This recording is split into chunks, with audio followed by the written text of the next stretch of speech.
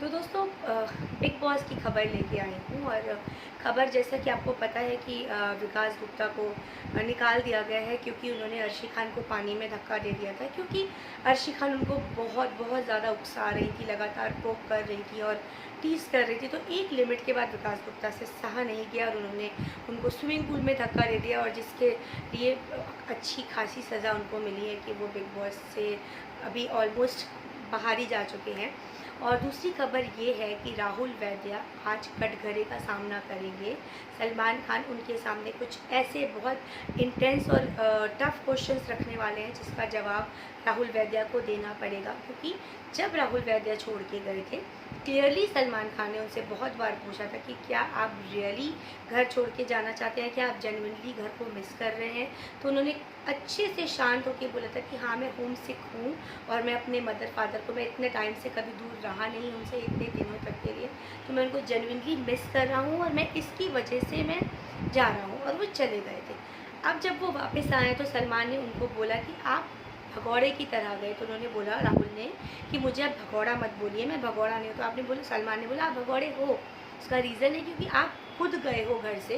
बाकी के कंटेस्टेंट्स भी हैं, उनके भी फैमिली मेम्बर्स हैं, हमारे भी परिवार है, हमारे भी पेरेंट्स हैं, वो कंटेस्टेंट तो नहीं जा रहे हैं, तो आप क्यों चले गए। अब इस बात पे उनको किया जा रहा है बहुत ज़्यादा ट्रॉल सलमान को, और राहुल वैद्या के फैंस आ गए राहुल के सपोर्ट में।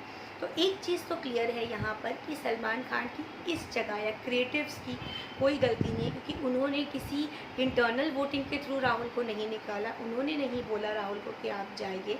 कहीं ना कहीं राहुल को ये पता होगा कि वो वीक है अदर कंटेस्टेंट से, इसलिए उन्होंने ये फैसला कर लिया ईमानदारी से जाने का। लेकिन अब जब वो वापस आए हैं तो सलमान ने अंदर के कंटेस्टेंट को ये चीज़ पूछी है कि क्या आप लोग ये चाहते हैं कि राहुल वैद्या बैक टू घर आए, उनकी री एंट्री हो।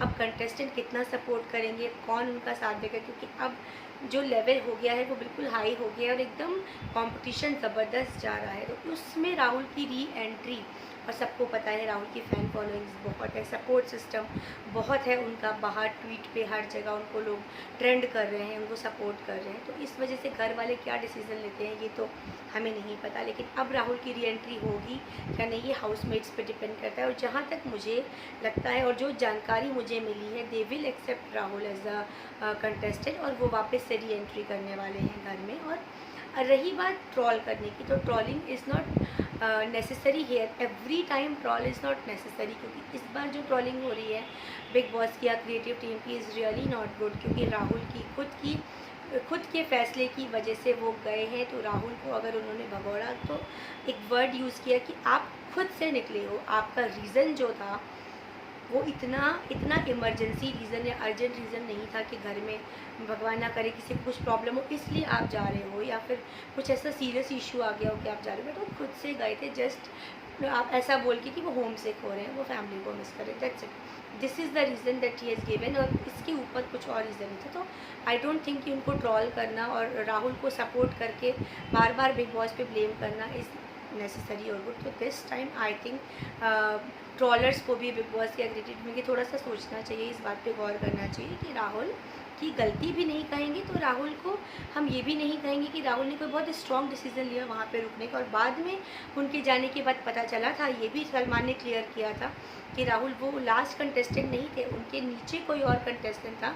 राहुल ने जा करके उस कंटेस्टेंट को बचा लिया, मतलब बाय मिस्टेकन, और राहुल चले गए। तो ये सब कुछ था, तो ये बिग बॉस में हो रहा है। और आप हमें ज़रूर बताइए, आप राहुल को वापस देखना चाहते हैं नहीं, और कंटेस्टेंट्स क्या फ़ैसला लेंगे राहुल के फेवर में। और जो विकास गुप्ता के साथ हुआ, उनको पूल में पुश करने की वजह से वो जो बाहर हुए हैं, बेघर हुए हैं, उसका क्या, उसके पीछे क्या सही जेन्युइन रीज़न था। क्योंकि जहाँ तक हम देख रहे थे, अर्शी खान पोक करने का कोई भी मौका नहीं छोड़ रही थी। तो आप ज़रूर बताइएगा दोस्तों अपने कमेंट्स में कि आपको क्या, मतलब आप क्या सोचते हैं, और हम वेट करेंगे आपके फीडबैक्स का।